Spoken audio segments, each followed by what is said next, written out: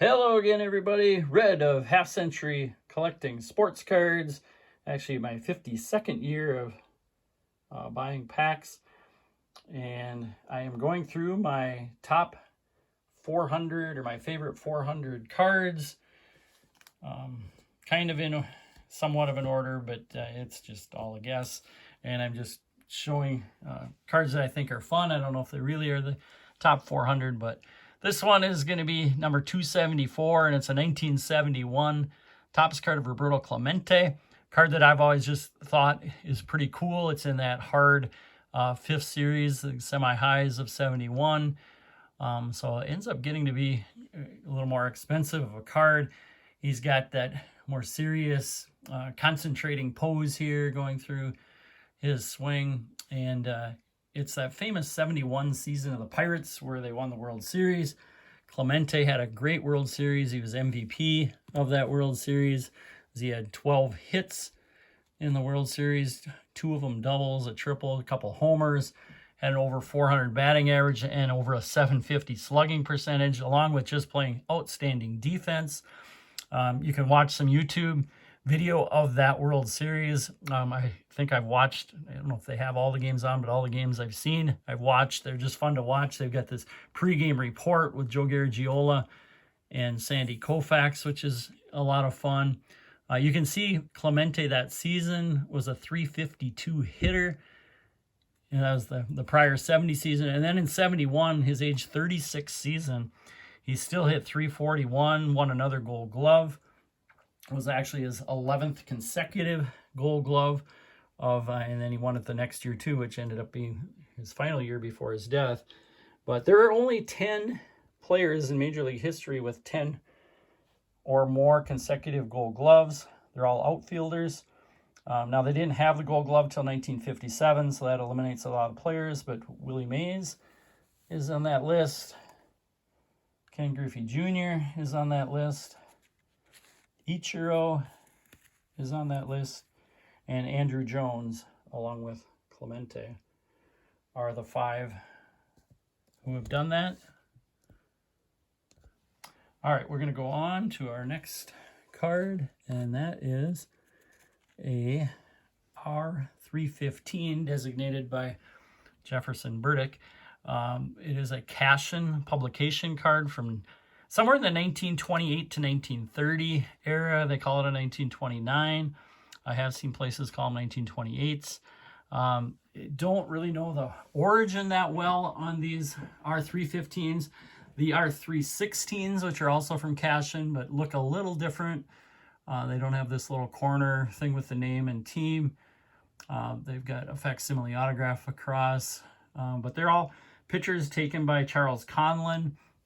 They're on this really thin stock, and the R316s came in these boxes of 25 cards each. They had 4 different kinds, so there were 100 cards in the series. There were actually 101 because Babe Ruth got inserted into each of them. And the R315s, in contrast, there were just 45 subjects in the whole set. But not sure how they came out.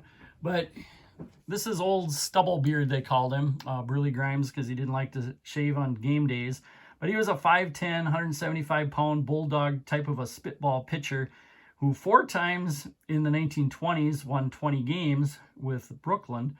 But his best year was probably this 1928 season, his 5th 20-win season, when he, for the Pirates, won 25 games, which led the league. He also led the league in innings with 330, 28 complete games, had a 2.99 ERA, and ended up 3rd in MVP voting. They didn't have the Cy Young back then, but if they had it, I'm guessing he would have come in 2nd to Dazzy Vance of the Dodgers. He was the last spitball pitcher. In 1920, they banned the spitball. I should say he was the last legal spitball pitcher because there were players after Burley that still threw them. But in 1920, they banned the spitball, but they grandfathered it to the 17 current players that threw them, and then Burley ended up throwing the longest of those going into the 1930s, so he was the last legal spitballer. He played on some good teams, and after those early Brooklyn and Pittsburgh days, he ended up on the Gas House Gang of St. Louis, winning a world championship in 31. And then he was on that Cubs team in 32 that lost to the Yankees 4-0 when Babe Ruth called his shot. And even though Grimes gave up a couple homers in just a couple innings in that World Series, it was not the Babe Ruth homer. He also holds the distinction of having the most teammates, 36 in the Hall of Fame, which is kind of, it just shows that he played on a lot of good teams, is probably what that tells you. In his career, he did win 270 games and had a 52.9 WAR. All right, next we have got a 1969 Topps of Jerry Kozman.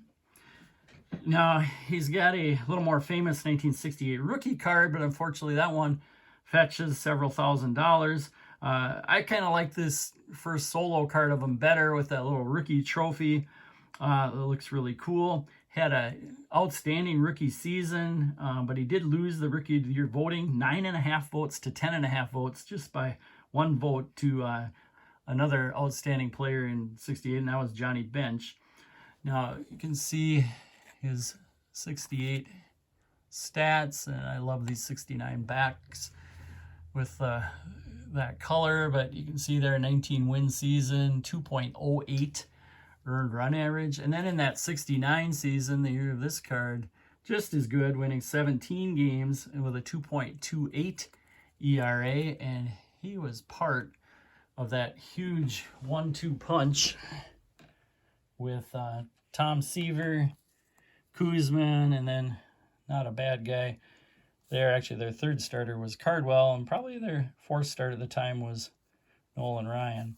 So quite a group of young pitching talent that ended up taking a team that in 68 only won 73 games. They were 73 and 89. And then that 69 season, they win 100 games, win the World Series. So quite a team, and Jerry Kozman was a huge part of that. He actually won 2 World Series games, including the clincher that shut the door in the final Game 5. Now, in his career, this Appleton, Minnesota product won 222 games, struck out over 2,500 batters, and he finished with a 53.6 WAR, which is just slightly higher than the last guy we featured, Willie Grimes, who was in the Hall of Fame. Jerry Kozman is not. All right, next on the list, we have a Hall of Famer, and that is a 1978 Topps Rod Karu. One of my favorite, maybe my favorite player, and one of my favorite cards. I loved it when the Twins had those helmets there for a couple of years with the red, white, and blue, and it's featured well on this card. What I really like most about this Karu card was the back, because it features maybe one of the best seasons anyone's had.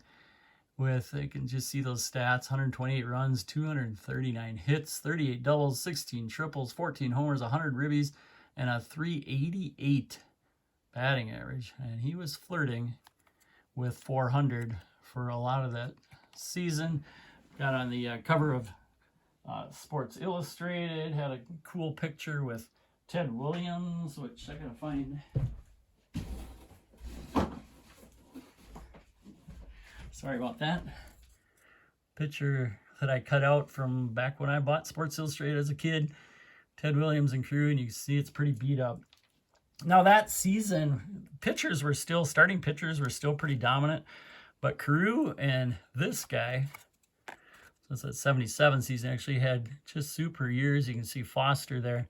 First guy to hit over 50 homers since Willie Mays did it in the mid-60s. Foster at 52 homers and 149 RBIs. Quite a year as well. All right, next we have a strip card. Another 1928. This is a W502 of Stan Kvaleski. Now on the card, they misspelled his name. He does not have an E on the end of Kvaleski. Just should end in an I, but it wasn't corrected, so that's how all the cards are. This was a 60-card strip card set, unknown maker. You could play a game with this card, so they weren't total blank backs. They put little things. This one says 3-bagger. So if you got this, you got a triple. Some of the cards you could actually redeem for prizes as well. It said redeem for like a baseball glove. Some of them said redeem for a sponge glove, whatever that is. But Kvaleski was a real good pitcher. He was the ace of that 1920 Cleveland Indian team that won the World Series. He won 3 games in that World Series. He was also one of those 17 grandfathered spitballers. After his Indians years, he went in 25 to the Washington Senators, where for the 5th time in his career won 20 games and had a 2.84 ERA.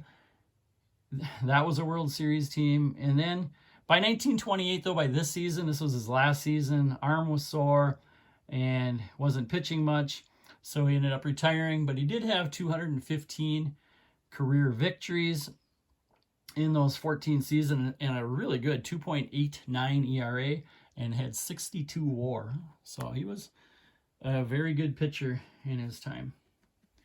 Next, we've got a basketball card going to 1975, and this is Bill Walton. Now, it's a rookie card kind of with the classic long locks and big beard that Bill Walton eventually grew, and he was in the NBA. Now, he tried to do that at UCLA his freshman year, and his coach had a big-time talk with him, and John Wooden said, you know, if you want to play for this team, you're going to have to play with shorter hair. So Bill Walton hopped on his bicycle, went to the nearest barber, and cut his hair. But eventually he did grow out his hair. Now, if you knew him before his foot injuries, ankle injuries, knee injuries, was probably one of the best basketball players that ever played. In his 3 years being able, because they couldn't play freshman year, so 3 years playing varsity basketball at UCLA, he was the College Player of the Year each of those 3 seasons. UCLA won the title the first 2 of those. They had an 88-game winning streak in there. Only foiled his senior season when injuries were kind of catching up with both him and some other players on the team, and then a David Thompson-led team, which he was one of my cards featured in this top 400 series as well. David Thompson's North Carolina State team ended up defeating UCLA in the Final Four. So that year they didn't win the title. In Walton's NBA career, he was pretty much running around on hobbled feet most of the time. But he did win one NBA title with the Trailblazers in 77, and that following year, 78, he ended up winning an MVP award. They say, or he had said it, now he's been a sportscaster for a long time, big voice, and he's had 38 orthopedic surgeries. Bill Walton, San Diego product. Actually, tell a little story of him in high school. His brother, Bruce Walton, ended up playing for the Cowboys, was a 6'6", 250-pound big bruiser that kind of helped protect the younger, skinnier Bill. But that team was undefeated, and apparently they played in a gym in San Diego when the NBA San Diego Rockets came into town. And that Rockets team featured Elvin Hayes, Calvin Murphy, but they didn't really have a good gym. Bill Walton happened to have the keys to the gym for his high school. So Elvin Hayes would call and borrow the keys, and Bill would kind of go with, and they'd open the gym for the NBA San Diego Rockets at the time. My last card featured is one you maybe wouldn't expect, but it is a 1961 card of Willie Davis. And why did I like Willie Davis as a kid? It's basically because he was fast, and I always liked fast guys. I was kind of one of those faster guys, leadoff hitters, and that's what Willie was, left-handed hitting center fielder. Now, the other reason I liked him and collected him is because he was a common and his cards were cheap, and these were the days where I wanted to get every card of Hank Aaron and Lou Brock and Rod Carew and Bob Gibson, and some of their cards were tough to get just because they were more expensive, you know. But Willie Davis, I could get all of his cards for 10 cents or less, and so I ended up with a Willie Davis collection, maybe the only Willie Davis collection you'll see on YouTube. It's a complete run. The other neat thing is, should put his first card in there, is with all his cards, they fit exactly on 2 9-count plastic sheets. So Willie Davis, who besides, you know, just being fast, he actually had a decent career. He had over 2,500 career hits. He won 3 Gold Gloves. 13 times he stole over 20 bases. And he had a little power too. He ended up with 182 homers. And he had over 60 career WAR, 60.7 career WAR, which is more than several of these Hall of Famers that I have so far featured. So that is it for today. These are the featured cards. Last time to see last week's cards. Thanks for watching, and we'll see you again next week.